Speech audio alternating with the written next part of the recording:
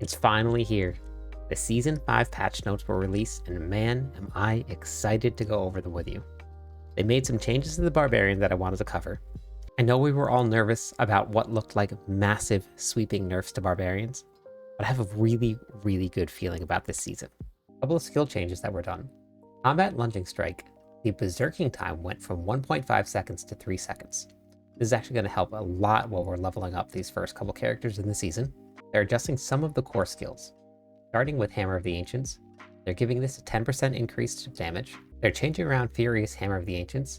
They're adding a cool little technique here, as you can see. Whenever you critically strike, it's going to be knocking down enemies for 1.5 seconds. We actually see this a lot in the Rogue, so bringing it to the Barbarian is going to add a fun little twist to it. They're also taking Violent Hammer of the Ancients, and they're giving this an additional 10%. We're going to see 40% increased damage for 5 seconds whenever we overpower with Hammer of the Ancients. Something else that might actually be really fun this season. Upheaval itself is getting 15% increase to damage. This might add some unique flavor to the season and actually bring Upheaval into the spotlight. They're going to be changing Enhanced Upheaval. This 20% chance to stun is going to go to 35% chance. And they're also going to be taking the duration from 2.5 seconds to 3 seconds. For Violent Upheaval, they're going to be changing the base berserking duration from 2 seconds to 3 seconds. And then the bonus duration increase is actually going to go from 3 to 5 seconds. Anywhere that we can increase the duration of berserking, especially while we're leveling and waiting to get our aspects, it's going to be really great here. Those are going to be it for the core changes. Let's take a look at the key passives. This is where all of the controversy came up. And something that actually came out of this, I was actually surprised about, and I don't know if most people knew this. We're going to start with Unconstrained. What they're doing is they're taking the bonus damage and reducing it from 75% to 35%. When I first read that, I was like, what do you mean 75%? Unconstrained gives you 100% increased damage. The tooltip here says that you gain an increased damage bonus of 100%. That is 75 plus the 25% we get while we're berserking. When this change hits, we're going to get that 25% still plus the 35%. Which means that we're going to be getting 60% increased damage overall instead of the 100, but it's not as bad as it looked like it was going to be, as they were only going to give us a 35% bonus completely. For Unbridled Rage, I don't think that this will be used in any builds. They're making this so that you still get that double fury cost, but they're taking the increased damage bonus from 100% down to 45%. So you're doubling your fury, but only gaining 45% increase to damage. It's not really worth the extra fury being spent. So I'm not sure where this is going to play in, but I don't think that this is going to be something that we're going to be taking very often. For those of you that started this season and got to enjoy playing with Gushing Wounds, this is going to be changed quite a bit. Every other season, Gushing Wounds has been an additive number. They're trying to split it a little bit. As you can see, they're going to be taking this right here, which is 140% of your critical strike damage bonus. That's getting applied to your bleed. What they're going to be doing is they're going to be taking the exact same thing with your critical strike chance to increase the bleed amount by 70%. And then they're going to add in as an additive number your total critical strike damage bonus. Yes, this one is going to hurt, but it might not be as bad as we think. Once we get into the game and we get all of our aspects on, and we get all of the unique gear on, we're going to actually get to see how this is going to fit into the new builds this season.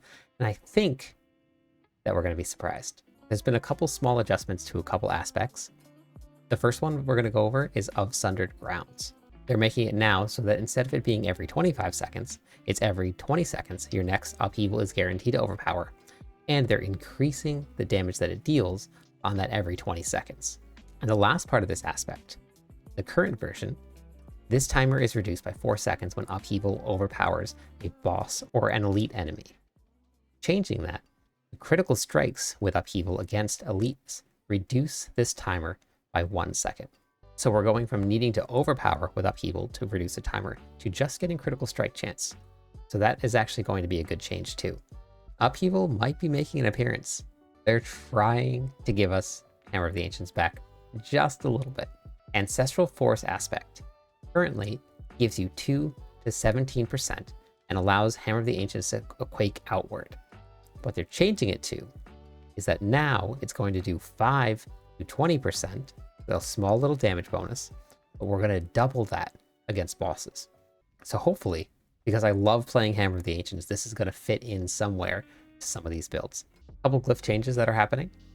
Blood Feeder, the critical strike chance bonus against bleeding enemies is being increased from 5% to 10%.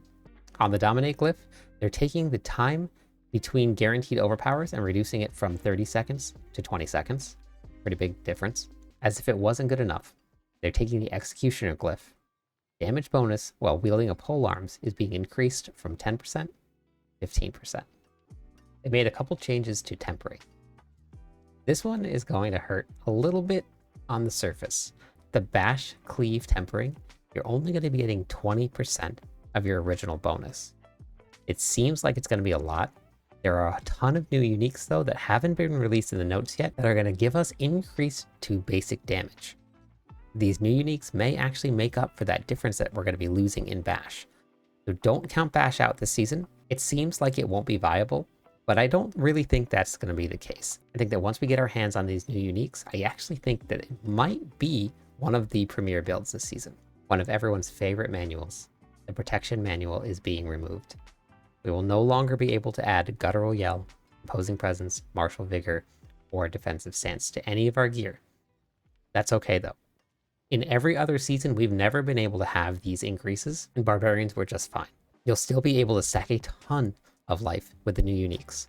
They're going to be what is going to make up for what seems to be pretty big losses. The PTR originally, the flay duration was moved to your armor.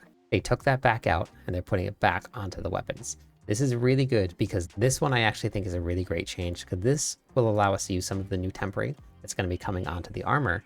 It's going to help with our bleed from the flay. The flay, I think now, because they moved this back, is saved, and it's going to be a very viable build going into the next season. Those are the major changes that really stood out to me. I'll have a link to the full patch notes in the description of the video. Uniques got a massive boost this season, and I'll be covering all of the incredible changes in the next video, so make sure you subscribe, don't miss out. I'm live on YouTube and Twitch pretty much every night. Stop by, we're going to be theory crafting some builds. Hopefully, I'll see you there.